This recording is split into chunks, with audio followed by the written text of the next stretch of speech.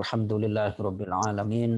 Wassalatu wassalamu ala asyrafil anbiya'i wal mursalin sayyidina Muhammadin wa ala alihi wa sahbihi ajma'in. Rabbi shrah li sadri wa yassir li amri wahlul 'uqdatam min lisani yafqahu qawli. Rabbana zidna ilma wa wafiqruh. Jamaah azmiyah dimanapun Anda berada, alhamdulillah, syukurillah, malam ini kita bisa bergabung lagi di Azmiyah, ngaji Azmiyah.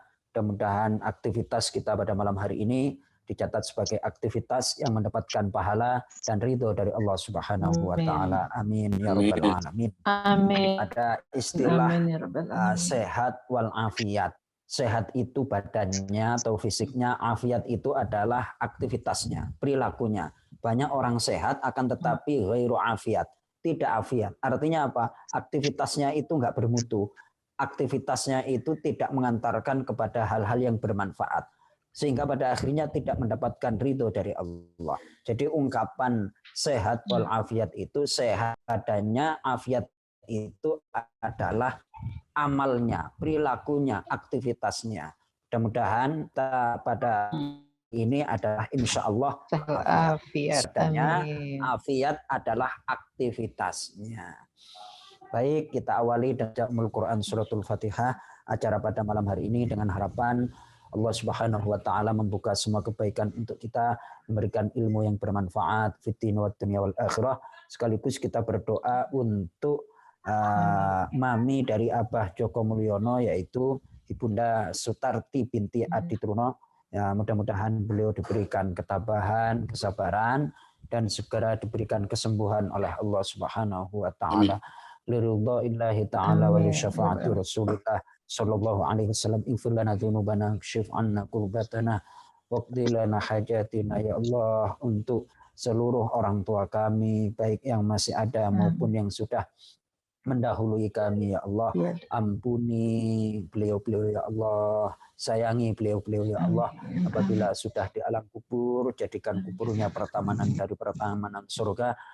Di antara kami ada yang kurang sehat, ada yang sakit ya Allah, berikan ketabahan, kesabaran bagi kami, dan berikan kesembuhan segera bagi orang-orang yang sakit di antara kami, khususnya Ibu Sutarti binti Adi Truno. Allahumma ya Allah, anta syafi la syifaa illa syifa'uk. Ya Allah, engkaulah yang maha menyembuhkan, tiada kesembuhan kecuali kesembuhan darimu. Ishfi maradhaha, sembuhkan sakit beliau ya Allah. Syifaan la yughadiru saqama wala alama, dengan kesembuhan yang segera, tidak kambuh lagi penyakit ya Allah. Al-Fatihah. A'udzu billahi minasyaitonir Bismillahirrahmanirrahim. Alhamdulillahi rabbil alamin. Ar-Rahmanir-Rahim. Maliki yaumiddin. Iyyaka na'budu wa iyyaka nasta'in. Ihdinas siratal mustaqim. Siratal ladzina an'amta 'alaihim ghairil maghdubi 'alaihim waladdallin. Amin. Alhamdulillah. Terima kasih. Selanjutnya adalah pembaca surah An-Nisa ayat 141 sampai 147 yang akan dibaca oleh Ambu Aninda Sri di Perenggo. Maka Ambu Aninda. Terima kasih.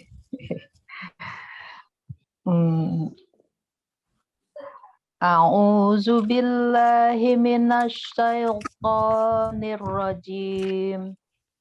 Bismillahirrahmanirrahim.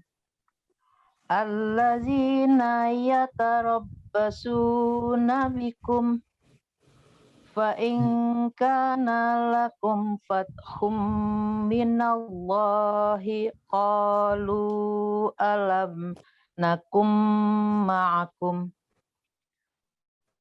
wa in kana lil kafirina nasib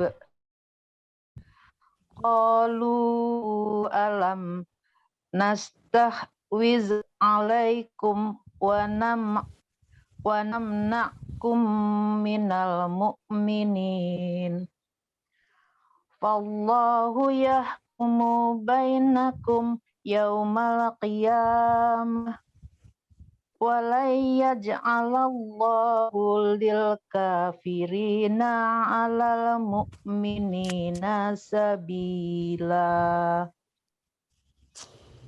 Innal munafiqina yukhadi'una Allah wa huwa khadi'uhum wa iza qamu ila sholati qamu kasal la yuraunan kusala qamu kusala yuraunan nasa wala yazkurunallaha illa qalila muzabzabina baina zalika la ilaha ulai wala ilaha ula wa may yudlilillahu fayan walayyudlilillahu falan tajidalahu sabila. Ya ayyuhallazina amanu la tattakhizul kafirina awliya min dunil mu'minin.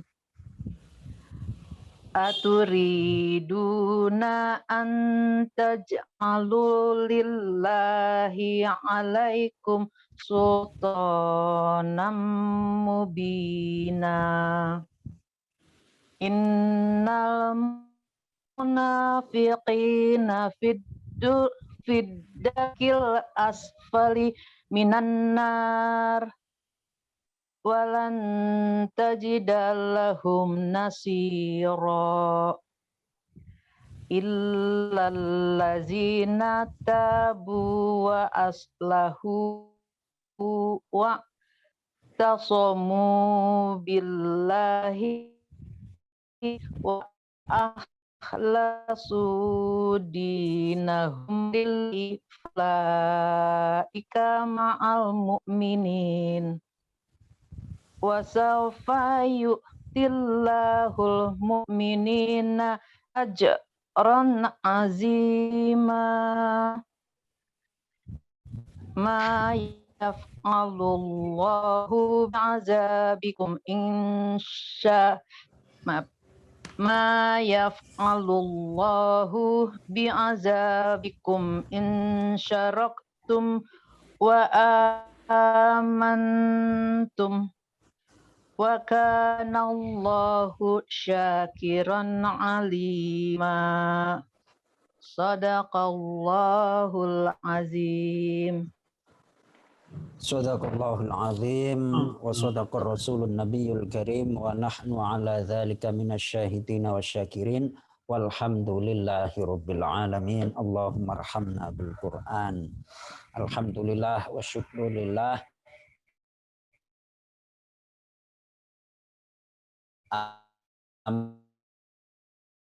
Bu yang mana beliau bersabda kepada salah seorang sahabat dekatnya yang bernama Abu Dzar Al-Ghifari. Abu Dzar Al-Ghifari dikasih tahu oleh Rasulullah, ya wahai Abu Dzar, la antagtua, sungguh engkau berangkat harinya melakukan satu perjalanan. Tujuannya adalah antaqra'a ayatan au wa tata'allama ayatan. Engkau mempelajari satu ayat Al-Qur'an atau membaca satu ayat Al-Qur'an, khairun laka, itu lebih baik bagimu, min antusalliya mi'ata rak'atin, daripada sholat sunnah 100 rakaat. Tuh. Jadi membaca Al-Quran, belajar satu ayat dari Al-Quran itu lebih baik daripada sholat sunnah 100 rakaat. Karena sehebat apapun sholat sunnah, tetap hukumnya sunnah. Tapi kalau baca Al-Quran itu ada ibadah dan juga ada kewajiban. Kenapa? Karena kita mempelajari ayat-ayat Allah, merenungkan makna-maknanya. Maka dari itu dengan bertambahnya usia, ibadah kita harus cerdas dan berkualitas. Cerdas dan berkualitas.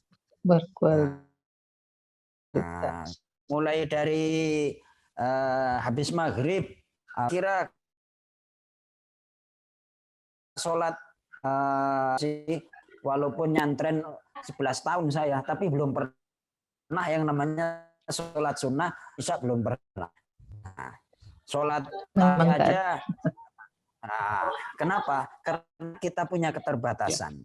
Tapi Allah memberikan keistimewaan kepada umat Rasulullah, umat Nabi Muhammad Shallallahu Alaihi Wasallam, yakni dengan ibadah yang nilai ibadahnya itu berkualitas, bisa nyaingi atau bahkan melebihi kualitas ibadah umat-umat terdahulu. Maksudnya apa? Umat-umat terdahulu usianya kan panjang, panjang-panjang. Lalu kalau kita ingin nyaingi ibadah mereka nggak mampu. Umat Rasulullah itu kan umurnya pendek, gampang capek, terus gampang yang lain, macam-macam ya kan. Gampang sakit. Gampang sakit, masya Allah. Tapi Abah Cecep, hidup di dunia itu berakhiran apa?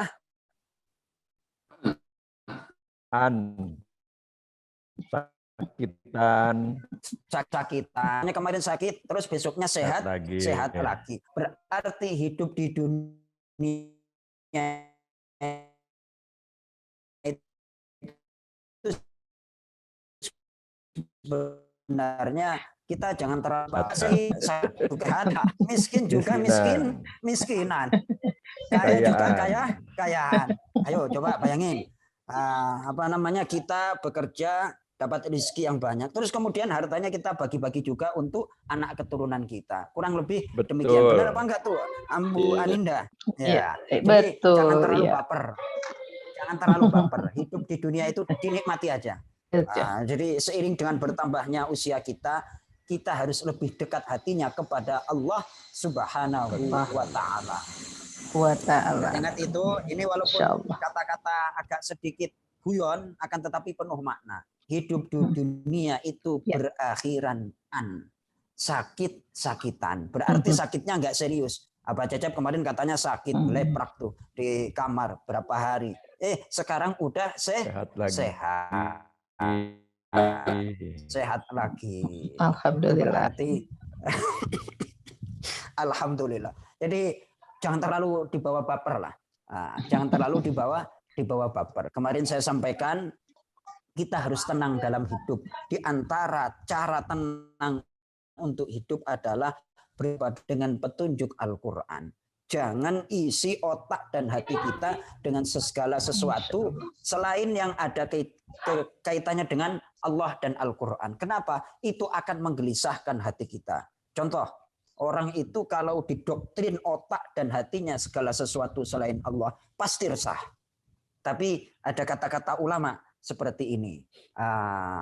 Syekh Mutawalli Asy'ari menyampaikan, tastarihu fis safinah wa andatu qaidaha. Anda merasakan ketenangan di dalam pesawat sementara Anda tidak mengetahui, tidak tahu pilotnya. Kemudian wa tastarihu fis safinah wa anta la ta'rifu qabtanaha. Anda juga merasakan tenang dalam kapal atau dalam perahu padahal Anda enggak mengerti nahkodanya. Afala tastarihu fil hayah. Apakah Anda tidak merasa tenang dalam kehidupan ini? Wa anta ta'lamu. Sementara engkau wahai orang mukmin mengetahui dan meyakini annallaha biroha. Sungguh Allah yang mengatur urusan urusan hidup kita ini. Jadi tenang. Ikhtiar maksimal, habis itu jangan terlalu baper. Kenapa? Karena Allah masih maha hidup, Allah masih maha memberikan rezeki, Allah masih maha mengabulkan doa.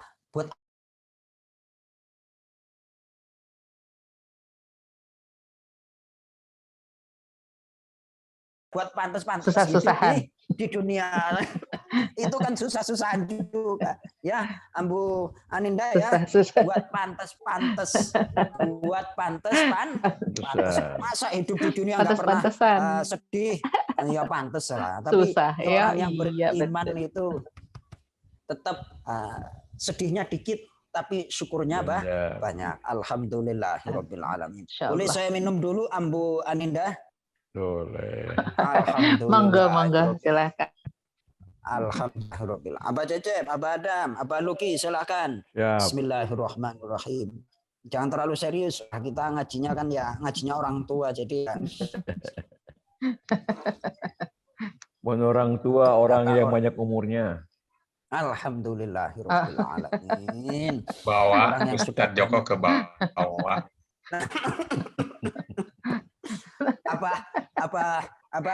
Apa Oyan, ini mohon maaf ya, apakah sudah jalan saya? Dulu ketika saya di pesantren itu diamanai oleh guru saya untuk ngajar ibu-ibu. Waktu itu usia saya baru kira-kira menginjak 19-20 tahun lah. Itu yang saya diminta untuk ngajar orang tua, ibu-ibu, ya boleh dikatakan hampir nenek-nenek lah. Jadi habis Isya itu ngajinya, semuanya pada selonjor dan nyandar. Saya tidur. Ya Allah. Apa Ustaz sekarang juga? Alhamdulillah. Mungkin jodoh. Tidak punya pengalaman. Tapi enggak bakal baper lah. Biarin. Mereka itu kan capek. Syukur-syukur di majelis taklim itu mereka merasakan nikmat angin surga. Jadi enggak dapat ilmunya, dapat angin surganya. Akhirnya nikmat itu. Wah, alhamdulillah. Kita ngaji kehidupan, ngaji kehidupan, menghadirkan kebesaran Allah, menghadirkan iman, menambah keimanan dalam hati, walaupun usianya kita bertambah akan tetapi semangat masih tetap semangat 45. Itu kata guru saya. Jadi orang yang dekat dengan Allah itu walaupun usianya katakanlah bertambah tapi semangatnya tetap semangat 45. Semangat muda, semangat 45. Ya. Beneran itu. Rasakan itu. Orang kalau dekat dengan Allah itu antusias, senyumnya ikhlas, aktivitas senantiasa bersemangat dan segala macam. Karena apa? Dalam hatinya itu ada cahaya iman, dalam hatinya itu ada nurun minal Quran, ada cahaya-cahaya Al-Quran. Apapun yang kita hadapi, masalah apapun yang ada di hadapan kita, biasa-biasa aja lah. Kemarin punya masalah, sekarang juga punya masalah. Alhamdulillahirabbil alamin. Baik, Ambu Aninda insyaallah dirahmati Allah Subhanahu wa taala, istiqomah untuk tetap membaca Al-Qur'an. Alhamdulillahirabbil alamin. Insyaallah. Terima kasih. Baik, ini ada pelajaran yang tadi kita jumpai ketika Ambu Aninda membaca qamu kusala. Sebenarnya beliau bisa dan tahu qamu kusala, kafnya di dhammah, akan tetapi yang namanya manusia itu kadang terpeleset tidak sadar. Setuju ya? Setuju. Padahal beliau. Nah, maka dari itu Allah Subhanahu wa taala menganjurkan kepada kita, memerintahkan ya ayyuhalladzina amanu taqullaha wa kunu ma'as shadiqin. Wahai orang-orang yang beriman, bertakwalah kepada Allah dan bersamalah kalian dengan orang-orang yang jujur. Silakan dibuka surah At-Taubah. Surah At-Taubah. Surah At-Taubah.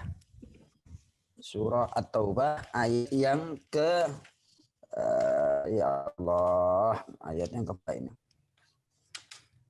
119. Surah 9 ayat 119. Hai orang-orang yang beriman. Kalau Al-Qur'an 206. Al-Qur'an standarnya adalah 206. 206. 119. Ya, silahkan Ya Ambu Aninda ayyuhal dibaca. Mohon maaf. Ya, ya mohon dilantunkan ayatnya terlebih. a'udzubillahi minasyaitonirrajim. Ya ayyuhallazina amanu taqullaha wa kunu ma'as shadiqin. Silahkan diartikan. Gitu ya. Ya.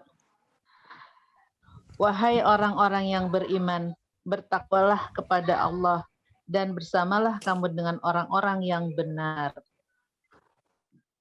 Benar itu artinya orang-orang Terusin. yang jujur. Makanya ada ungkapan seperti ini. Akhu kaman sodako laman sodako. Saudaramu adalah orang yang jujur, yang benar, bukan orang yang membenarkanmu. Sekelas presiden itu punya staf. Sekelas presiden itu punya staf. Kenapa? Untuk memberikan masukan-masukan agar kebijakan yang ditempuh langkah-langkahnya itu tidak menjumpai kesalahan-kesalahan. Makanya kan banyak staf itu. Nah, kita sebagai orang yang beriman, tadi Ambu Aninda tahu, Ambu Aninda bisa baca surah An-Nisa tadi, qamu kusala. Tapi yang namanya orang kepleset itu kan wajar. Jangankan Ambu Aninda, saya aja sering kepleset. Maka apabila kita kepleset, kalau kita salah, itu diingetin oleh saudara-saudara kita. Kita butuh orang yang benar, bukan orang yang membenarkan kita. Jadi kalau orang yang membenarkan kita itu, apa mau kita, udahlah benarlah ente. Jadi ABS, asal Bapak jangan seperti itu. Jadi dalam hal ini contoh skala kecil, apabila kita dikondisikan pengambil kebijakan, jangan sampai kita tidak punya penasehat yang benar-benar orang-orang yang jujur. Nah, ada contoh di dalam surah An-Naml itu bagaimana seorang raja pada waktu itu adalah Ratu Balqis mempunyai penasehat, tapi penasehatnya nggak benar. Silahkan dibuka surah An-Naml. Surah An-Naml. Surah 27. Surah 27. Surah 27. Ayatnya ayat yang 32, ayat 33. Ayat sampai 33. Ayat 3 ya. Ayat yang ke-32 sampai ayat 32. Ayat 32 sampai ayat yang ke-35.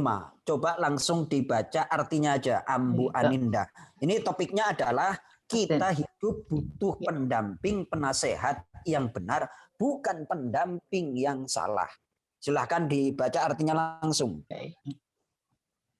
Yang 32 ya. 23. 32 benar. 32 Oh, silakan. 32 ya. Benar. Ya. Benar. Ya. Dia atau Balqis berkata, "Wahai para pembesar, berilah aku pertimbangan dalam perkaraku ini. Aku tidak pernah memutuskan sesuatu perkara sebelum kamu hadir dalam majelisku." Nah, itu. Ratu Balqis itu ratu. Ratu itu berarti pucuk pimpinan. Pucuk pimpinan untuk mengambil satu kebijakan harus bermusyawarah, harus berdiskusi, jangan egois. Sampai di sini setuju? Setuju. Lanjut. Iya. Mereka menjawab, "Kami memiliki kekuatan dan keberanian yang luar biasa untuk perang.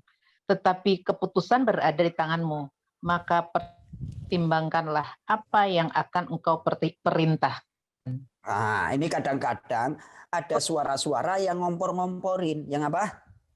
Ngomporin. Lawannya itu Nabi Sulaiman. Nabi Sulaiman itu punya pasukan manusia, pasukan jin, bisa menguasai binatang. Lah kita itu Ratu Balqis, armadanya itu berapa? Mau nantang perang sama Nabi Sulaiman. Lu kadang-kadang orang kalau nggak berpikir jernih, udah kita kan gagah segala macam, lawan aja. Masalah ente. Perang sih perang, akan tetapi harus kita ukur kekuatan kita itu bagaimana dan seperti apa. Nih, tapi urusan tergantung engkau. Kadang penasehat itu bukan memberikan pertimbangan yang benar, akan tetapi kadang-kadang ABS. Nah, di sini nih, asal Bapak senang aja. Lanjut, Ambu Aninda. Dia Balkis berkata, sesungguhnya raja-raja apabila menentukan negeri, mereka tentu membinasakannya dan menjadikan penduduknya yang mulia jadi hina.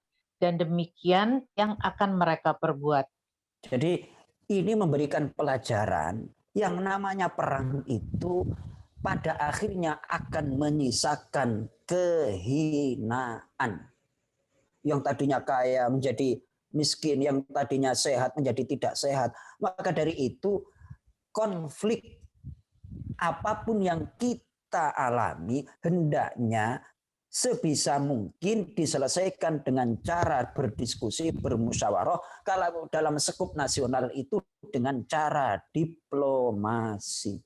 Resikonya kalau perang itu yang nanggung adalah rakyat yang tidak berdosa. Ini kadang-kadang pemimpin itu egois, mentang-mentang punya senjata nuklir terus dan segala macam, perang aja. Tidak berpikir bagaimana nasib rakyat jelata, nasib orang-orang lemah, dan yang lain sebagainya. Kalau kita perang sih memang kita mempertahankan gengsi, dan lain sebagainya. Akan tetapi ditimbang dulu. Nah, ini mohon maaf. Ini nanti mohon masukan. Indonesia itu katanya cadangan minyaknya, seandainya kita perang dengan negeri yang lain, itu paling cuma seminggu. Kapasitas bahan bakarnya itu loh, benar apa enggak wallahu alam, katanya demikian. Makanya kalau perang kan repot, pesawatnya bisa terbang cuman seminggu. Setelah seminggu bagaimana, kan nggak punya cadangan kita. Nah, itu maka harus dikalkulasi. Jangan kita ketika mengambil kebijakan ini pasti ada kompornya. Ini ada apa? Kompor. Biasanya kompor itu memanfaatkan, ingin memancing di air yang keruh, ingin Abah Cecep istilahnya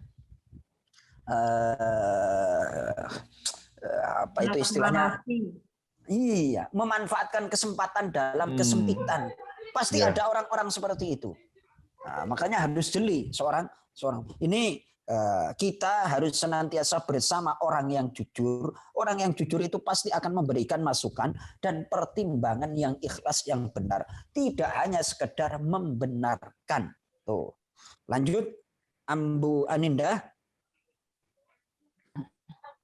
Dan sesungguhnya aku akan mengirim utusan kepada mereka dengan membawa hadiah. Dan aku akan menunggu apa yang akan dibawa kembali oleh para utusan itu. Nah, kalau kita di pucuk pimpinan, terus ada terjadi konflik bersih tegang, ada delegasi untuk menyelesaikan permasalahan dengan cara diplomasi, mengambil jalan tengah, jangan sampai terjadi hal-hal yang tidak diinginkan. Misalnya, ada dua pilihan dan itu sama-sama nggak enak. Dan itu setiap pemimpin pasti menghadapi hal-hal seperti itu. Lalu kaidah fikihnya bagaimana? Apabila kita dihadapkan dengan dua pilihan yang sama-sama nggak enak, sama-sama negatif, pilih yang resikonya paling kecil. Pilih resikonya yang paling kecil. Tuh, ini Ratu Balkis sebelum didatangi oleh Nabi Sulaiman itu dikasih kesempatan. Bagaimana? Kita akan menyerang engkau. Dan engkau harus tunduk kepadaku. Terus akhirnya Ratu Balkis, ternyata seorang ratu itu memang perasaannya lembut. Terus akhirnya udah jangan gerusa-gerusuh. Kita pertimbangkan dulu. Terus setelah pertimbangan Dewan Majelis itu ayat yang ke berapa tadi? Ayat yang ke-33 mereka menjawab. Yang tadi ayatnya ke-33, kita memiliki kekuatan dan keberanian yang luar biasa untuk berperang. Lah ungkapan itu kira-kira ungkapan dari jenderal yang gimana kira-kira? jenderal yang gagah-gagahan apa gimana tuh? Iya dong. Kayak gitu. Tanpa berpikir, iya memang gagah, akan tetapi gini Pak Jenderal, kira-kira kalau dalam diskusi staf-staf itu dipanggil, Anda memang gagah dan segala macam pasukan perang, akan tetapi pertimbangan yang lain itu harus hal-hal yang lain itu harus dipertimbangkan juga. Nasib rakyat kita bagaimana, kemampuan kita berperang itu seperti apa, dan kita masih buta terhadap kekuatan lawan kita. Itu harus kita pikirkan semuanya. Nah, makanya itu staf atau pendamping itu sangat dibutuhkan dalam kehidupan agar apa? Apabila kita berjalan, kita senantiasa mendapatkan masukan dan nasihat yang benar. Sehebat apapun orang tidak bisa pergi sendiri. Itu yang namanya ormas-ormas besar macam NU Muhammadiyah. NU didirikan oleh Kiai Hasyim Asy'ari, Muhammadiyah didirikan oleh Kiai Haji Ahmad Dahlan. NU besar, Muhammadiyah besar. Terus organisasi-organisasi itu hebat. Kira-kira yang berjalan pencetusnya sendiri apa enggak? Pasti ada pihak-pihak lain bersama dengan orang-orang yang hebat. Dari situ kita ambil pelajaran. Ketika kita mau melakukan sesuatu, hendaklah senantiasa berdiskusi dan bermusyawarah agar keputusan kita itu tepat, mendapat ridho dari Allah. Dan apabila kita melakukan satu perjalanan atau aktivitas, ada orang-orang yang mengingatkan kita apabila kita lengah atau lupa. Kurang lebih demikian poinnya, Ambu Aninda. Bisa diterima, Ambu Aninda? Baik.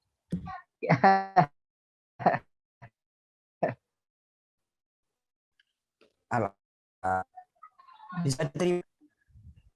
Nggak kedengeran, kenapa putus-putus? Oh. Ya, kajian yang kita kajian yang kita lakukan dari kesalahan baca tadi, bukan salah sih, lupa. Terus mengambil, seandainya kita punya teman, kan ada yang itu hal-hal kecil. Terus kita kaitkan dengan cerita Ratu Balqis yang ingin diserang oleh Nabi Sulaiman, terus pulpa penasehat-penasehatnya. Ternyata para penasehat itu kadang-kadang ada yang sifat ngompor-ngomporin, bukan memberikan pertimbangan yang baik. Kurang lebih demikian. Baik, masuk ke kajian tafsirnya, bagiannya dari Abah Luki Lukardi. Halo, Waalaikumsalam warahmatullahi wabarakatuh, Ustaz Badama. Alhamdulillah, Damang, alhamdulillah. Mudah-mudahan Abah Luki sehat walafiat. Biasanya didampingi oleh istri tercinta kemana? Ada di bawah saat lagi ini sama cucu-cucu. Oh, alhamdulillah. Ternyata Abah Luki itu cucunya kemarin berapa? 13. Masya Allah, berkah banget itu. Masya Allah. Produksinya bagus. Ini kelihatannya Abah Luki pemecah rekor Azumiyah ini. Cucunya paling banyak 13 ini. Alhamdulillahirabbil alamin. Ya Allah. Baik, Abah Luki, kita masuk ke kajian tafsirnya. Sebelumnya ayat yang ke 159, kaitannya dengan ayat-ayat sebelumnya. Ini saya bacakan, ini saya mengutip dari tafsir Departemen Agama. Ada 10 jilid saya punya. Dalam tafsir Departemen Agama punya keistimewaan, yaitu mengkaitkan ayat yang satu dengan ayat yang lain. Pada ayat yang ke-159, munasabah atau hubungannya adalah sebagai berikut. Pada ayat 146 agak ke belakang, telah diterangkan bahwa orang Yahudi mengenal Nabi Muhammad Sallallahu Alaihi Wasallam dari kitab-kitab mereka seperti mereka mengenal anak-anak mereka sendiri. Karena di sana disebutkan segala sifat-sifat Rasulullah dengan jelas dan bahwa beliau Rasulullah akan diutus sebagai Rasul. Tetapi mereka tetap mengingkarinya dan selalu menyembunyikan apa yang mereka ketahui. Dalam ayat ini disebutkan lagi sifat ahlul kitab. Dan bahwa mereka mendapat laknat, kutukan dari Allah, arti jauh dari rahmat Allah, dan juga dilaknat oleh malaikat dan manusia seluruhnya. Nah, ini konteksnya adalah hukuman atau ancaman orang yang menyembunyikan ayat-ayat Allah, menyembunyikan kebenaran. Apa Luki, kita masuk ke topiknya. Bismillahirrahmanirrahim. Bismillahirrahmanirrahim. Innalladzina, Innalladzina, sungguh orang-orang, sungguh orang-orang yaktumuna, yaktumuna, yang mereka menyembunyikan, yang menyajikan ma Semprotan. perkara Semprotan.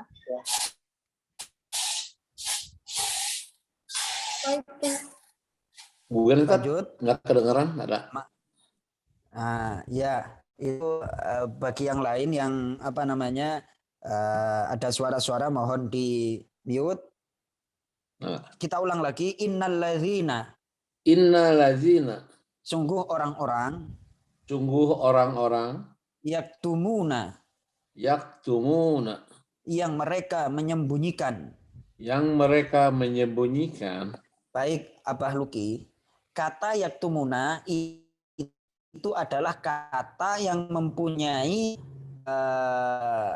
zaman, kata kerja yang mempunyai waktu sekarang dan akan datang. Oh, Jadi orang yang menyembunyikan kebenaran, menyembunyikan informasi akan tetap terus ada dan sampai hari kiamat akan ada. Nah, jadi menyembunyikan perkara yang benar. ya, Ma perkara. ya ma perkara. Kita lanjut. Ma perkara. Ma perkara Anzalna, anzalna, yang kami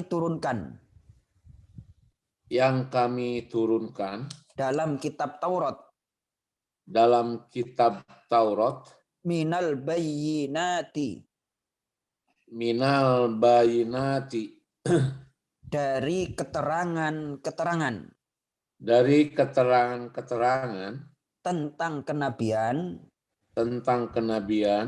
Nabi Muhammad, wal huda, wal huda, dan petunjuk agama yang benar, min ba'dima, dari sesudah perkara, bayyanahu, yang telah kami jelaskan, linnasi, kepada manusia, fil kitabi, di dalam kitab tersebut, ulaika, mereka itulah yang menyembunyikan kebenaran,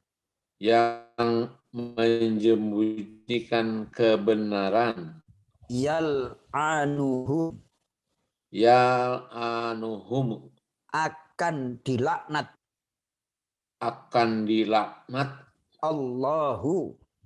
Allahu, oleh Allah, wa yal'anuhum, dan akan melaknat mereka juga, al-la'inun, para pelaknat, dari kalangan malaikat dan orang-orang mukmin. Baik, artinya 15-nya aja. Ayat 159. 159 bagi orang-orang yang menyembunyikan apa yang telah kami turunkan berupa keterangan dan petunjuk setelah kami menerangkan kepada manusia dalam Alkitab. Mereka itu dilaknati Allah dan dilaknati pula oleh semua makhluk yang dapat melaknati. Baik. Jadi seperti ini Abah Luki, ini ayat diturunkan berkenaan dengan sifat-sifat Nabi Muhammad Shallallahu Alaihi Wasallam dalam kitab Taurat dan juga tentang ayat. Jadi orang Yahudi yang melakukan kesalahan atau melakukan pelanggaran itu tokoh-tokoh atau pemuka-pemuka mereka, hukum yang diterapkan itu adalah yang ringan-ringan. Yang ringan-ringan. Contoh, yang namanya rajam, pezina, orang melakukan zina, sama aja. Yakni dirajam. Dirajam itu tubuhnya ditanam di tanah, dikubur, tinggal kepalanya lalu ditimpukin batu. Nah, ada tokoh Yahudi yang melakukan zina di Madinah, ayat ini ditutup-tutupi. Kenapa? Wah, ini yang melakukan kan anak tokoh, lain sebagainya, nanti bisa runyam. Nah, pendetanya juga nggak berani berhadapan dengan tokoh-tokoh Yahudi itu. Lalu bagaimana? Oh, kalau yang melakukan perzinahan itu bagaimana hukumnya? Ya sudah, digundul aja. Di apa? Digundul. Wah, itu kan ngarang namanya. Nah, ngarang. Jadi kalau ada ungkapan tajam ke bawah, tumpul ke atas, itu ternyata mulai dari dulu. Hukumnya ada, akan tetapi pelaksanaannya masih dalam pertanyaan besar. Digundul. Itu betapa kita kan kadang-kadang gedek juga tuh. Orang udah korupsi triliunan, puluhan, bahkan ratusan triliun, masa cuman dihukum 5 tahun. Habis itu dapat apa? Setelah dapat remisi. Itu apa? Lu kira-kira enggak? Masya Allah. Benar itu. Coba jangan dikasih rompi itu ya. Jangan dikasih rompi orangnya. Coba digundul itu kata Abah Hoyan. Digundul terus disiram sama air comberan itu biar malu setengah mati itu. Tidak ada remisi bagi korupsi. Dan segala mau siram biar kapok itu. Itu Abah Adam pernah berdiskusi sama saya tentang bagaimana memberantas korupsi di Indonesia. Betapa orang kalau baik itu akan tetap memperjuangkan nilai-nilai kebaikan. Bagaimana? Kenapa? Karena ini adalah bangsa kita. Negeri kita tercinta.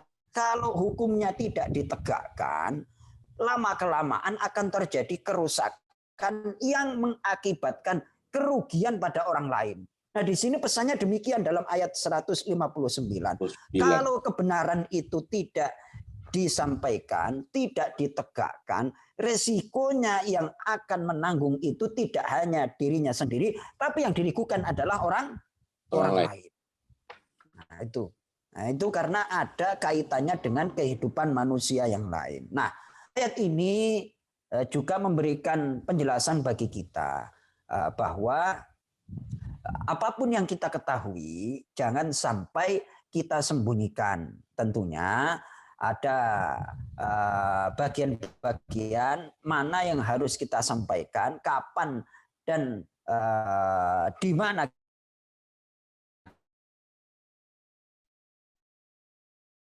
kita sampaikan perkara tersebut. Disampaikan. Dan Allah Alaihi Wasallam bersabda,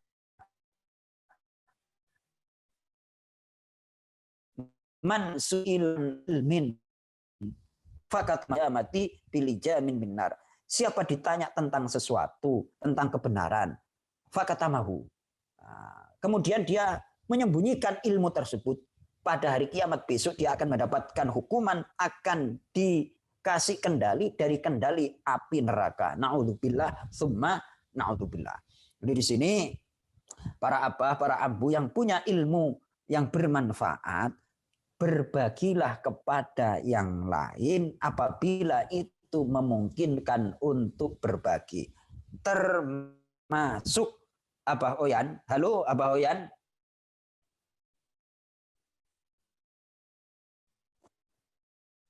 Oh, halo. Kalau konsultasinya saudaranya tangga berapa kali kok gulung tikar terus itu gimana? Nah, ini perlu saya diskusi dengan Abah Oyan. Bagaimana itu hubungannya dengan kebijakan pemerintah, Pak. Wow, Bukan dengan Masya Allah. teknis. Bukan dengan teknis ya, Masya Allah. Kita juga mentok terus, yang banyak sekali teman-teman yang seperti itu. Baik. Ternyata itu tidak berkait dengan teknis, tapi terhadap kebijakan. Saya pernah berjumpa dengan seorang almarhum, namanya almarhum di IPB juga, beliau khusus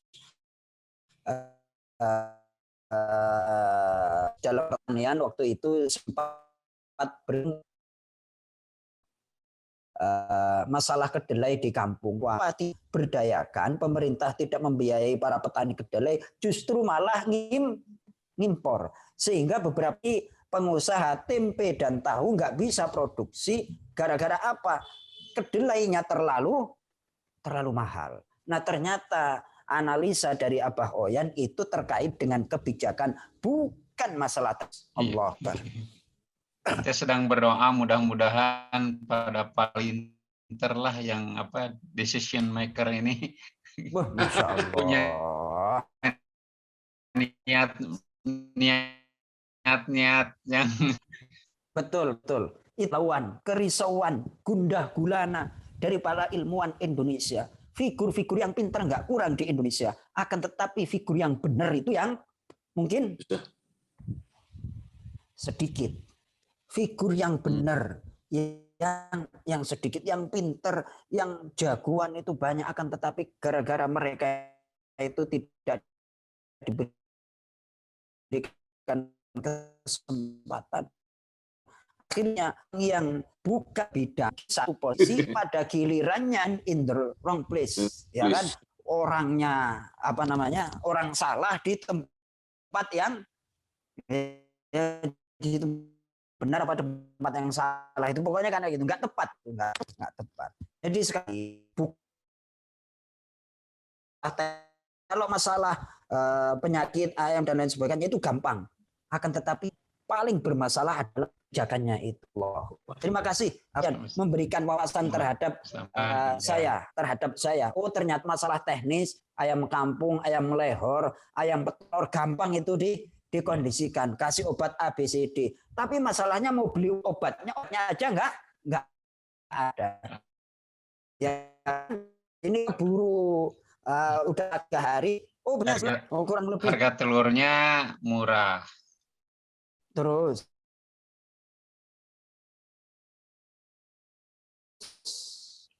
terlalu murah, jadi tidak bisa banyakkan gitu. Ya. Terima kasih Abah Oyan informasinya. Sekali lagi ini kaitannya tadi tidak boleh menyembunyikan ilmu.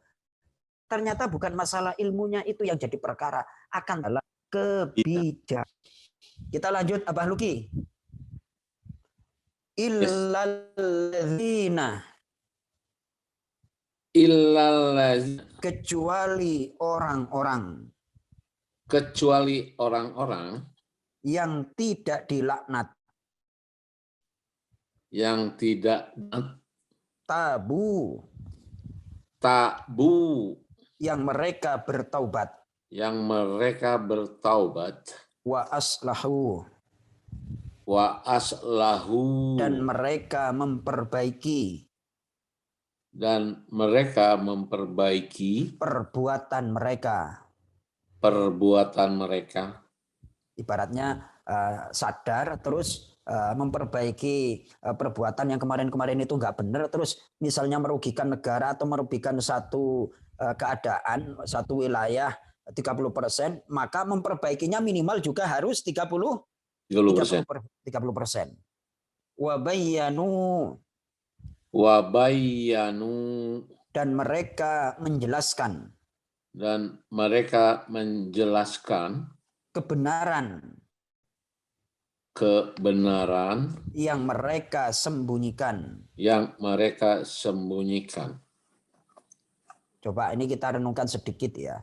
Tadi itu perkaranya adalah peternak ayam itu mengalami kerugian gara-gara telurnya itu kebanyakan atau apa. Padahal jumlah penduduk di Indonesia itu adalah 250 sekian juta. peternak itu hanya berapa? Masa kebanyakan? Ini pasti ada hal-hal yang nggak pas. Nah, itu harus dijelaskan. Mana nih permasalahan apa nih yang bikin kita seperti ini? Nah, itu namanya bertaubat, memperbaiki diri, kemudian menjelaskan titik-titik atau poin-poin yang bisa menyelesaikan masalah. Kalau orang seperti itu taubat, memperbaiki diri dan menjelaskan titik-titik atau poin-poin mana yang bisa menyelesaikan dan memperbaiki keadaan, kita lanjut Abah Luki, faulaika. Waulaika. Maka mereka itulah atubu yang aku menerima taubat alaihim atas mereka wa ana dan aku Allah at-tawwabu maha penerima taubat ar-rahim yang maha kekal kasih sayangnya.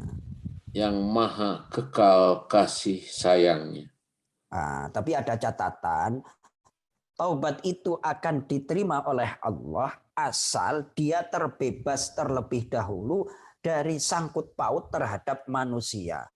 Udah korupsi ternyata ingin taubat aja, nggak mengembalikan harta korupsinya, ya nggak bakalan diterima oleh Allah Subhanahu wa taala. Jadi taubat itu akan diterima apabila dia sudah terbebas dari sangkut paut manusia, antar manusia. Punya utang, pernah merugikan dan lain sebagainya, itu harus diselesaikan dulu. Kenapa? Kalau itu belum diselesaikan, tidak akan mendapatkan diterimanya taubat dari Allah Subhanahu wa taala. Itu di yang lain. Kalau kita misalnya mohon maaf, ada ibadah yang kurang, ada dulu sholatnya belentang-belentong dan segala macam. Itu kan hak kita kepada Allah. Gampang kita bertaubat, dosa-dosa kelalaian kita. Tapi kalau antar manusia, tidak sederhana. Harus diselesaikan dulu itu sangkut paut terhadap manusia. Kita lanjut Abah Luki. Ini ancaman juga. Innalladzina. Sungguh orang-orang. Kafaru. Yang mereka kafir. Mereka ingkar. Menutup hati. Dari kebenaran. Kebenaran yang paling esensial, yang paling mendasar adalah bahwa tiada Tuhan selain Allah. Itu kebenaran yang hakiki itu, yang paling harus kita perjuangkan. Tidak ada Tuhan selain Allah. La ilaha illallah. Kebenaran yang paling hakiki, yang paling esensial. Adapun yang lain-lain itu nggak begitu urusan. Wa matu. Dan mereka mati. Nah, ini ya Allah, sebelum bertaubat, na'udzubillah, mereka mati. Wahum sedangkan mereka. Kufarun. Orang-orang kafir. Ulaika. Mereka itulah. Alaihim. Atas mereka. Laknatullahi. Laknat Allah. Wal malaikati. Dan para malaikat. Wan nasi. Dan manusia. Ajma'in. Seluruhnya. Na'udzubillahi min dzalik. Itu ancaman orang yang mati dalam keadaan tidak beriman kepada Allah sampai mati. Astagfirullahaladzim. Mudah-mudahan kita diselamatkan. Makanya saya senantiasa berdoa, mudah-mudahan kita, keluarga kita, anak keturunan kita sampai yaumil kiamah diselamatkan iman Islamnya oleh Allah Subhanahu wa taala. Kita lanjut Abah Luki. Khalidina. Khalihina. Khalidina. Khalidina. Mereka orang-orang yang kekal. Mereka orang-orang yang kekal. Fiha. Fiha. Di dalamnya. Di dalamnya. La yukhaffafu. La yukhaffaku. Tidak akan diringankan. Tidak akan diringankan. Anhum. Anhum. Dari mereka. Dari mereka. Yang mati. Yang mati. Dalam keadaan kafir. Dalam keadaan kafir. Al-azabu. Al-adabu. Siksaan. Siksaan. Walahum. Walahum. Dan tidaklah mereka. Dan tidaklah mereka. Yunzarun. Yundoru. Mereka ditangguhkan. Mereka ditangguhkan. Siksaannya. Siksaannya. Baik. Ayat ini betul-betul mengingatkan kita enggak apa dan jam sekira sudah tahu informasi ada seorang figur yang besok tanggal 26 akan melaksanakan apa tuh Abah Luki di Bali itu apa namanya? Iya kan? Na'udzubillahi min. Oh ya, ini benar. Masya Allah. Ini astagfirullahaladzim. Ini ancaman kita, mengingatkan kepada kita. Orang-orang yang mati dalam keadaan kafir akan mendapatkan laknat dari Allah. Dilaknat oleh malaikat, dilaknat oleh seluruh manusia. Mereka kekal di dalam neraka. Na'udzubillahi min. Ya Allah. Astagfirullahaladzim. Ya, Abah Hoyan ya.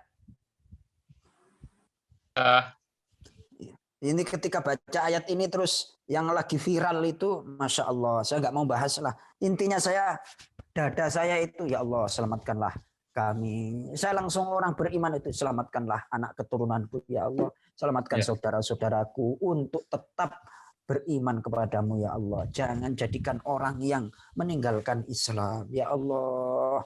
Nilai kita, harga kita yang kita perjuangkan. Allahu Akbar. Sedih saya itu. Itu walaupun orang lain yang melakukan akan tetapi hati saya itu ikut sedih. Kenapa ya Allah? Bukan berarti apa-apa. Kita tetap sayang. Jangan sampai saudara-saudara kita itu terjerumus kepada api neraka. Jangan sampai ya Allah. Itu terus saya berkaca kepada diri saya sendiri. Di penghujung usianya bukannya bertaubat kepada Allah, mendekatkan diri kepada Allah, malah meninggalkan agama Islam. Na'udzubillahi min dzalik. Baik, Abah Luki, Abah Adam, Abah Oyan, mungkin ada yang ingin mendiskusikan, mempertanyakan, bertanya tentang ayat-ayat yang kita kaji atau yang bagaimana, kami persilahkan. Silakan bagi yang mau bertanya. Ngacu. Saya Pak Ya, Pak Oyan, mangga. Pak Oyan. Ya, terima kasih. Assalamualaikum warahmatullahi wabarakatuh. Waalaikumsalam warahmatullahi wabarakatuh. Saya pernah membaca versi Nabi Sulaiman dengan Ratu Bilqis ini. Mungkin Pak Ustadz pernah baca ya? Coba. Jadi dalam ceritanya itu bahwa Nabi Sulaiman dengan Ratu Bilqis dengan lantai kacanya itu. Ya. Kemudian Ratu Bilqis yang mau lewat ngangkat gamisnya, kainnya gitu. Ya. Nah, katanya ada dari versi lain itu mencoba kalau Ratu Bilqis itu sebenarnya bukan manusia katanya semacam jadi-jadian. Jadi waktu dikasih kaca itu ingin lihat kakinya apakah kaki kambing atau apa. Nah, tapi itu mungkin bukan di Al-Qur'an, tidak seperti itu, hanya itu hanya versi, nggak tahu lah versi dari mana, pernah saya baca gitu. Dan di ujungnya katanya Nabi Sulaiman akhirnya memperistri Ratu Bilqis. Nah, kira-kira dari versi riwayat di Islam itu ada nggak selain di Al-Qur'an gitu? Kalau di Al-Qur'an kan terbatas. Ya, baik. Terima kasih. Terima kasih Abah Oyan. Jadi tentunya Nabi Sulaiman itu tidak hanya sekedar nabinya umat Islam, nabi kita, akan tetapi mereka juga adalah King Solomon, nabinya orang Israel. Nah, cerita yang dibawa berkembang itu kan banyak versi. Sehingga cerita-cerita itu adalah cerita dari orang-orang Israel yang dalam Al-Qur'an itu, dalam khazanah kajian tafsir Al-Qur'an disebut qissatun Israiliyatun, kisah-kisah Israiliyat. Nah, kisah-kisah Israiliyat itu memang asyik untuk diikuti, akan tetapi bagi para pakar hadis tentunya tidak hanya sebatas asyik saja, akan tetapi kebenaran kisah riwayatnya itu harus diuji, ini sahih apa enggak ceritanya. Adapun disampaikan silahkan disampaikan, akan tetapi tentang cerita-cerita yang berbagai macam versi tentang Nabi Sulaiman dan Ratu Balqis itu, yang ketika mengangkat kainnya itu sehingga ada riwayat yang menjelaskan terlihat betisnya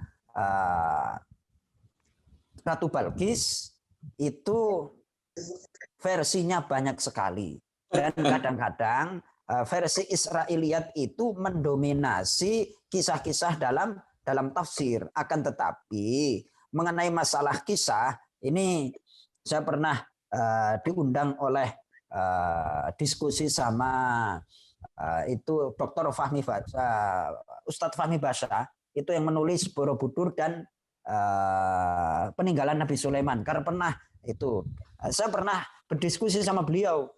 Waktu itu saya pernah diundang di Masjid BI itu. Saya diundang. Terus bagaimana tanggapan Ustadz? Waktu itu saya lagi mengkaji surah An-Naml, surah tentang kisahnya Nabi Sulaiman alaihissalam. Dan tentunya ada kaitannya dengan surah Saba. Saya sampaikan seperti ini.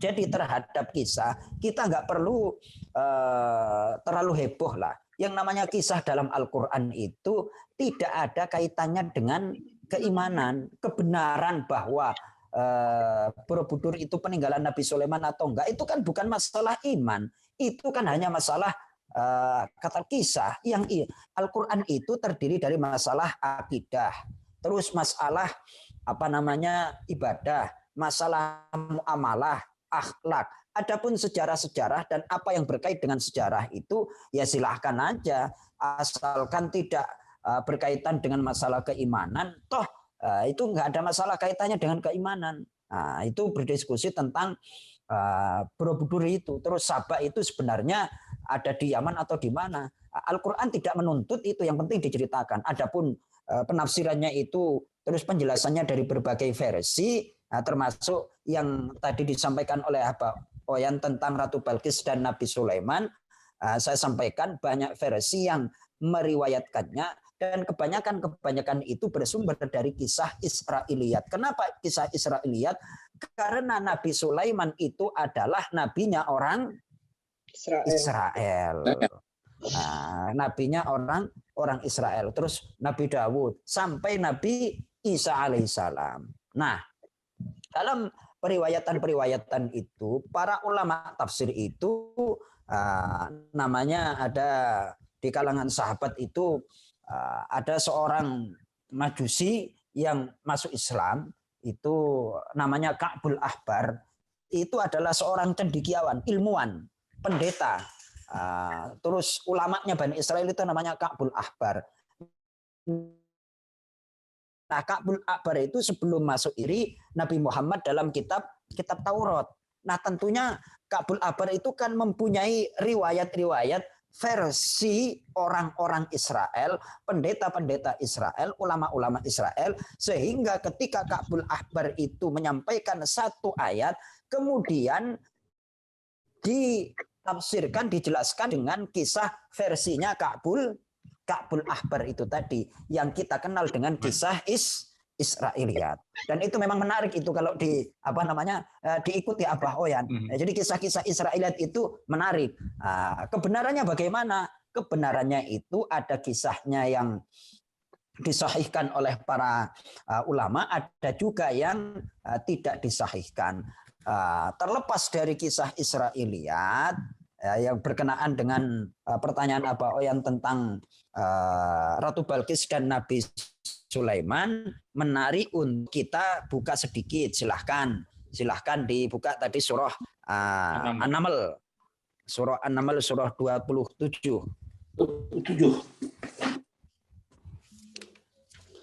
Halaman 380. Ayat yang ke-44. Ya. Halaman 380 ayat 44. Surah An-Naml ayat 44.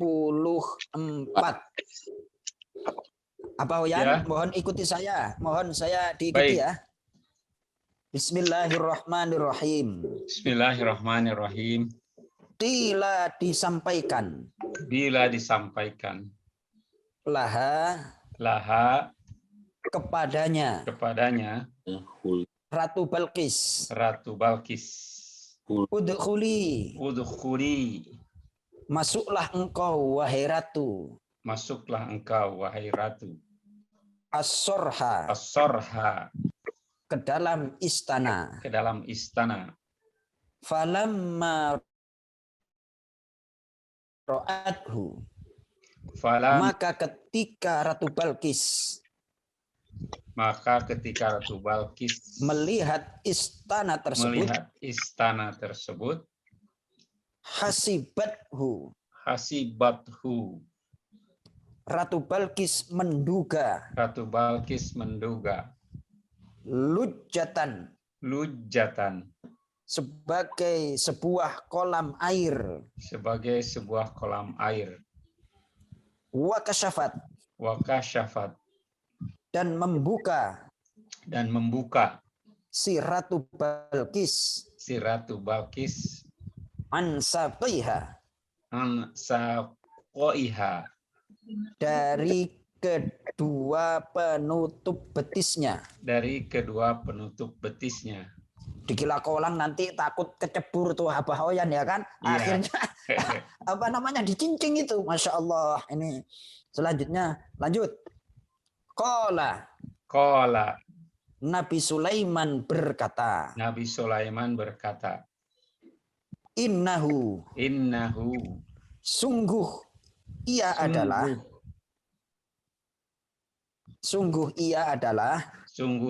adalah sorhun. Lantai istana. Mumarradun. Yang dilapisi. Min qawarir.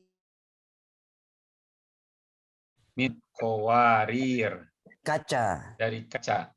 Waduh, itu kan sekarang kalau kan ada kolam-kolam yang istimewa tuh Abah Oyan ya. Ya saya nggak pernah itu, kalau di kolam yang big super big itu yang namanya hewan laut yang gede-gede gaban itu bisa dimasukin itu. Nah seolah-olah mau ngemplok, ternyata masih ada pembatasnya, kan kaget kan kayak itu, disamper. Kurang lebih gambarannya demikian. Wah, ini katanya mau dimakan sama buaya, terus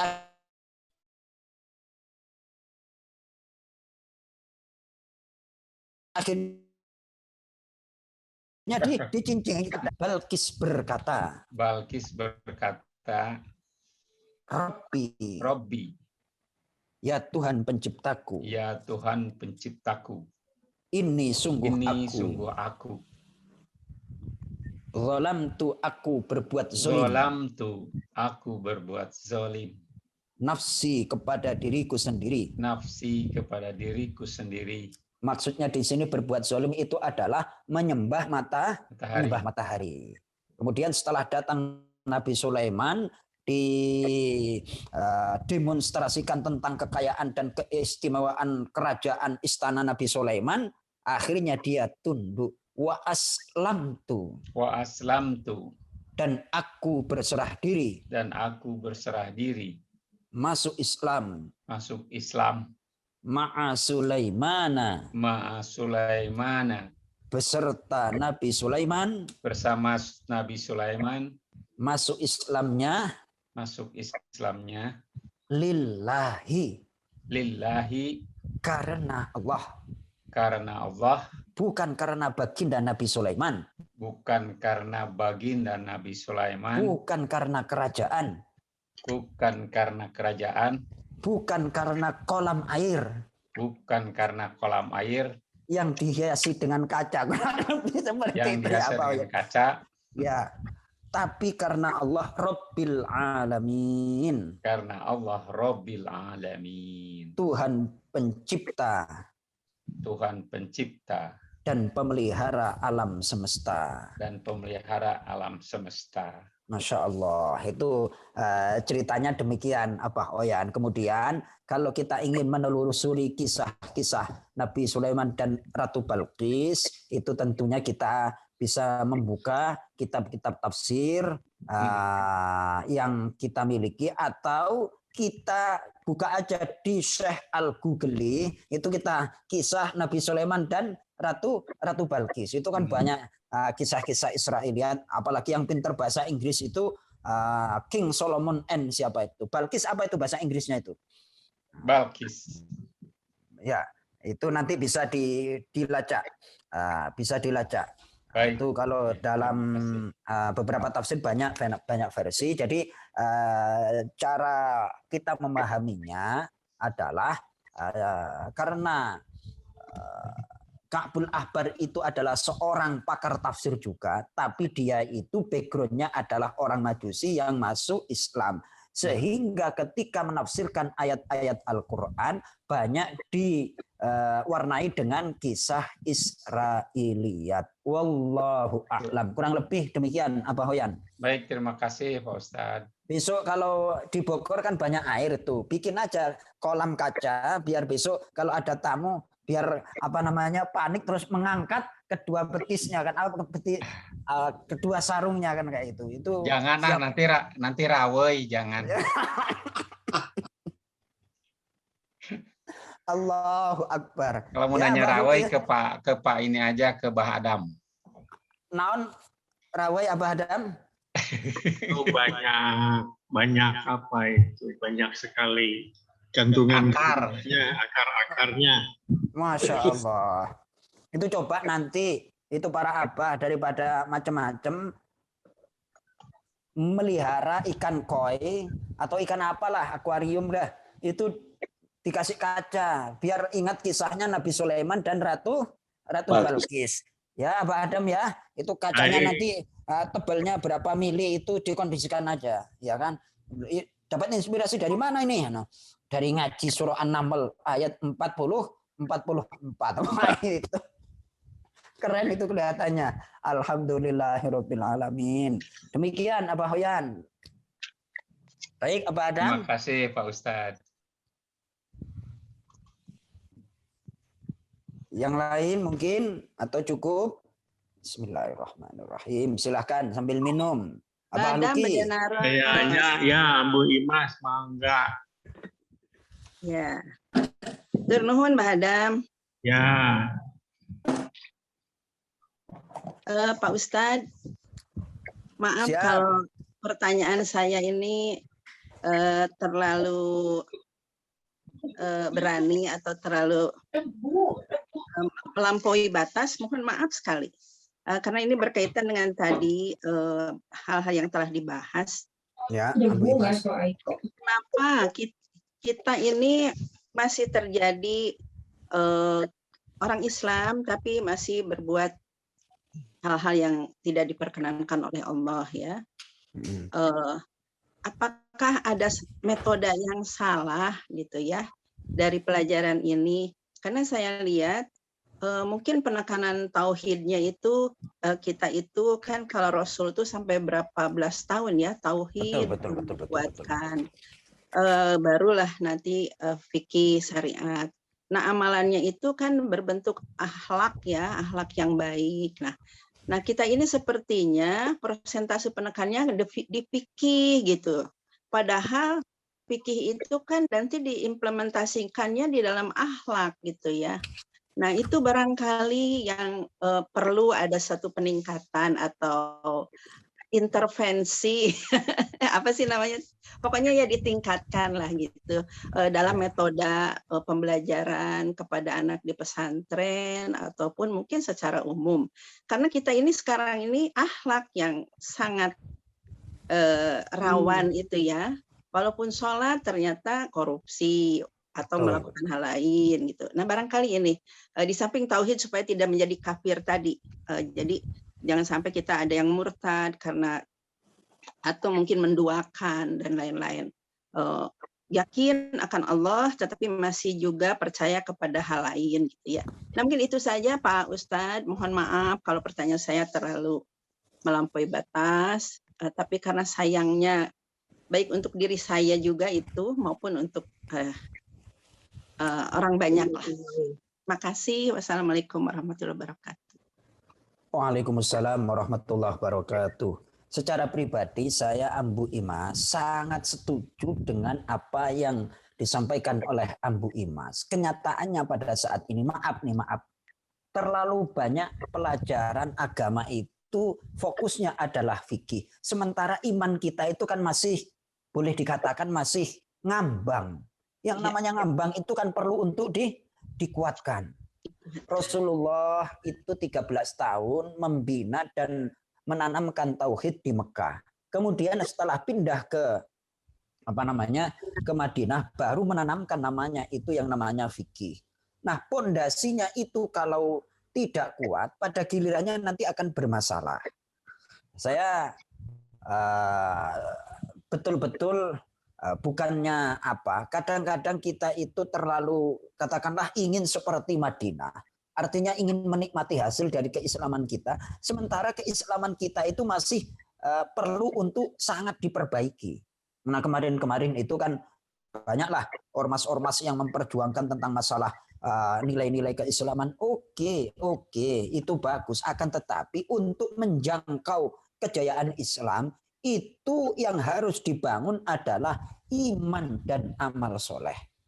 Iman itu ya tentang masalah ketauhidan kita, tentang keyakinan kita kepada Allah dan lain sebagainya. Itu harus dibangun, dikukuhkan, dimantapkan dengan benar. Baru kalau keimanan kita oke, fondasi berikutnya, bangunan berikutnya berupa fikih dan akhlak itu akan mengikuti. Nah, pada kenyataannya benarlah apa yang disampaikan oleh Ambu Imas.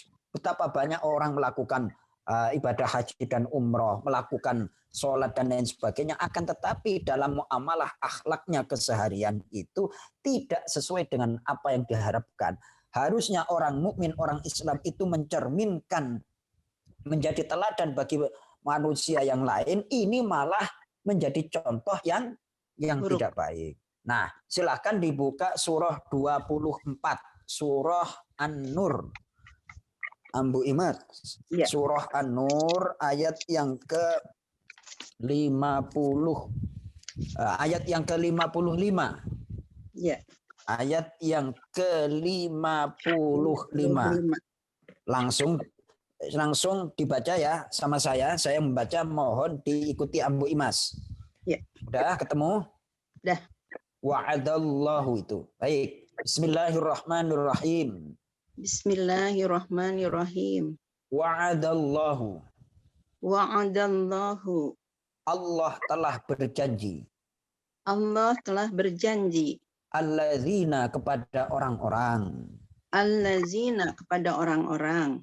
Amanu. Amanu. Yang mereka beriman. Yang mereka beriman. Dengan keimanan yang mantap. Dengan keimanan yang mantap. Minkum. Minkum. Di antara kalian. di antara kalian, wahai orang-orang Islam, wahai orang-orang Islam, wa amilu, wa amilu, dan mereka beramal, dan mereka beramal, as-solihati, as-solihati, amal-amal yang baik. amal-amal yang baik. Jadi amilus solihat itu sebenarnya sederhana pemahamannya itu. Solih itu artinya baik. Solih itu artinya layak. Layak itu contohnya, mohon maaf nih, apabila ada saudara kita lapar, layaknya kita sebagai orang yang masih mempunyai rizki, bantulah mereka. Ketika ada tamu, hormatilah tamunya. Itu namanya amal soleh. Amal yang layak, amal yang patut. Amal yang sebenarnya itu sewajarnya. Lebih jauh lagi, masa pejabat bukannya mengayomi rakyat, membantu rakyat, malah ngemplang Duit rakyat. Duit rakyat itu namanya tidak amilus solihat. Jadi kuncinya orang beriman itu harus seiring dengan amilus solihat. Amal yang baik, amal yang wajar, amal yang layak, amal yang bisa dicontoh. Kalau orang sudah beriman dan amalnya baik, nggak usah macam-macam. Ini hadiahnya, la yastakhlifannahum. La yastahlifannahu. Sungguh Allah. Sungguh Allah akan menjadikan mereka berkuasa. Akan menjadikan mereka berkuasa. Fil ardi. Fil ardi. Di muka bumi. Di muka bumi. Coba bayangkan. Kalau iman dan amal soleh kita benar, pasti Allah akan angkat derajat orang beriman itu, mereka akan menjadi penguasa. Nah masalahnya sekarang, ya kan, banyak orang sholat, banyak saudara kita melakukan ibadah, akan tetapi di luar sholat masih belum amilus solihat. Amalnya nggak benar. Padahal iman dan amal soleh itu bagaikan dua sayap. Kalau ingin terbang ke tempat dituju, simple. Gunakan iman kepada Allah, yakni nilai-nilai kebaikan dalam hati kita, dan amal soleh. Nggak ribet kok, nggak ribet. Yang ribet kan manusianya. Petunjuknya nggak ribet, yang ribet manusia. Hukum waris itu gampang, yang bulat itu apanya apa Luki? Orang-orangnya. Masya Allah. Tadi itu maaf agak sedikit mau ketawa nih.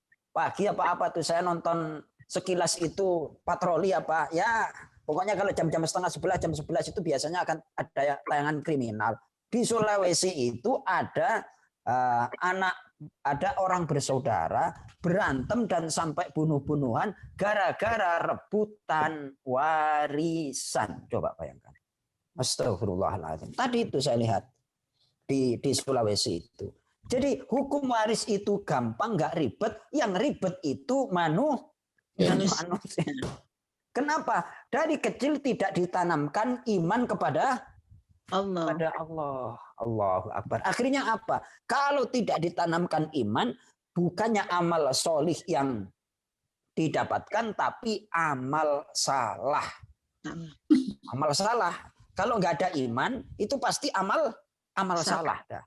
Nah, padahal orang yang modalnya iman dan amal soleh pasti akan diberikan kekuasaan oleh Allah Subhanahu wa Ta'ala di bumi ini. Jadi kita tanamkan ayat ini, Ambu Imas, para ambu yang lain dan para abah, udahlah kalian kepada anak-anak kita, apapun aktivitas kalian, apapun pekerjaan kalian, bawa iman dan amal soleh. Gak usah minta diangkat derajatnya, gak usah minta naik jabatan. Pasti Allah akan menaikkan derajat kita. Tuh. Lanjut, Abah Ambu Imas. Kamastahlafa.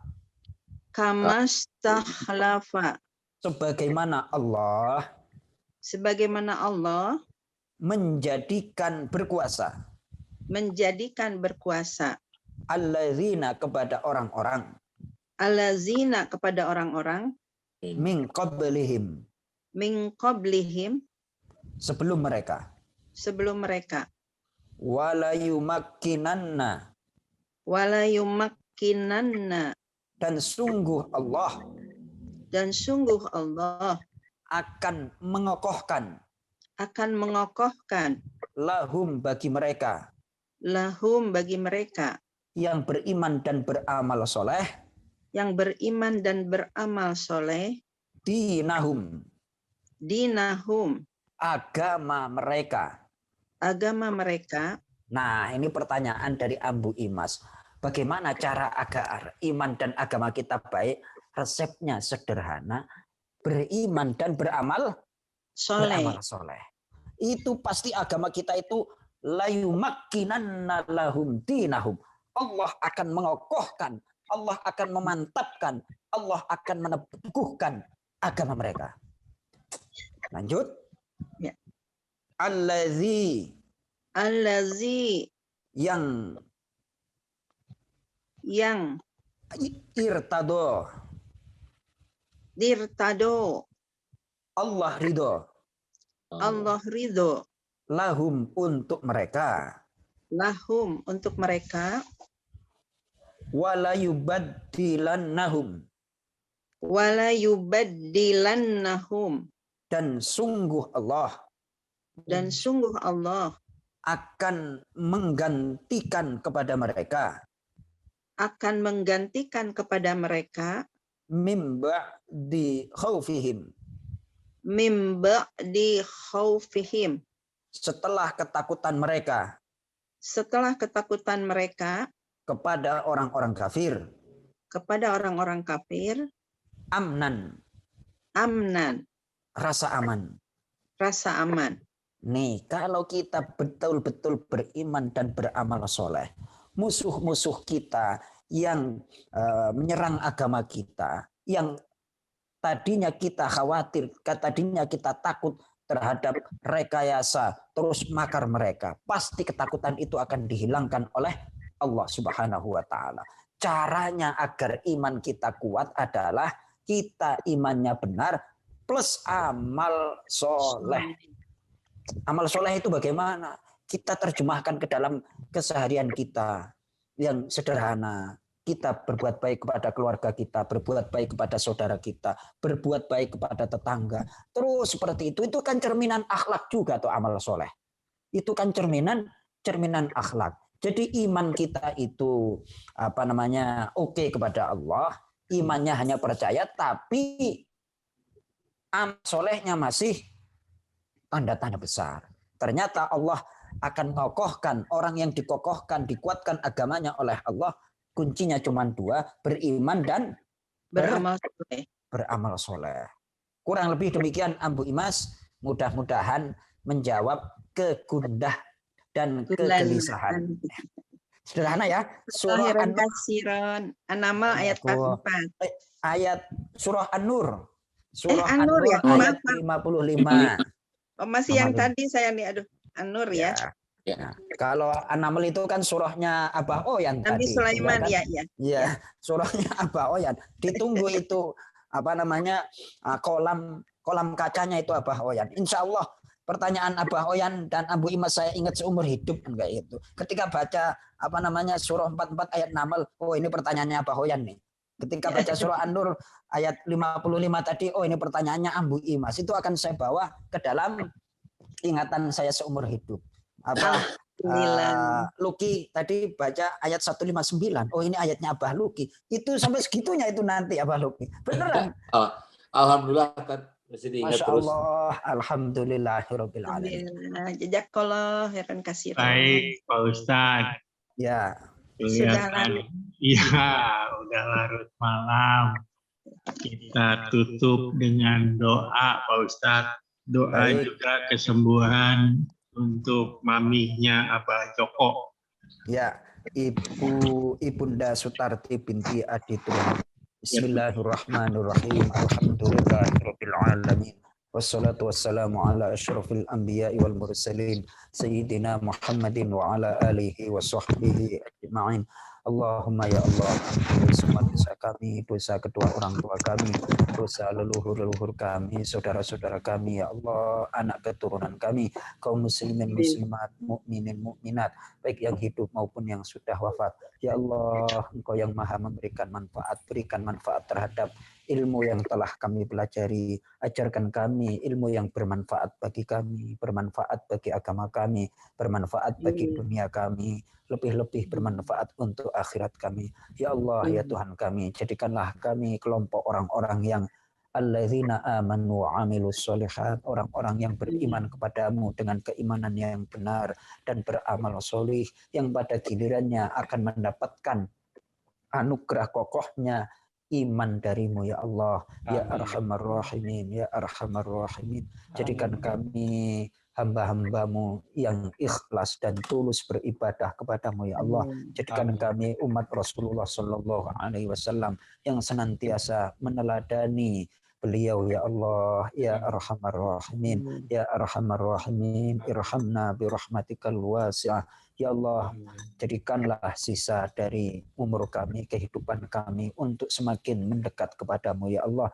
Jadikanlah amal-amal, aktivitas yang akan kami jalani, aktivitas yang Engkau ridhoi, aktivitas dan amal yang bermanfaat bagi kami, bermanfaat bagi dunia kami, lebih-lebih bermanfaat untuk akhirat kami, ya Allah. Dan pada gilirannya pasti kami akan menghadapmu, meninggalkan dunia ini. Ya Allah, anugerahkan kepada kami akhir hidup yang indah, akhir hidup yang Engkau ridhoi, wafat dalam keadaan husnul khotimah, husnul khotimah, husnul khotimah.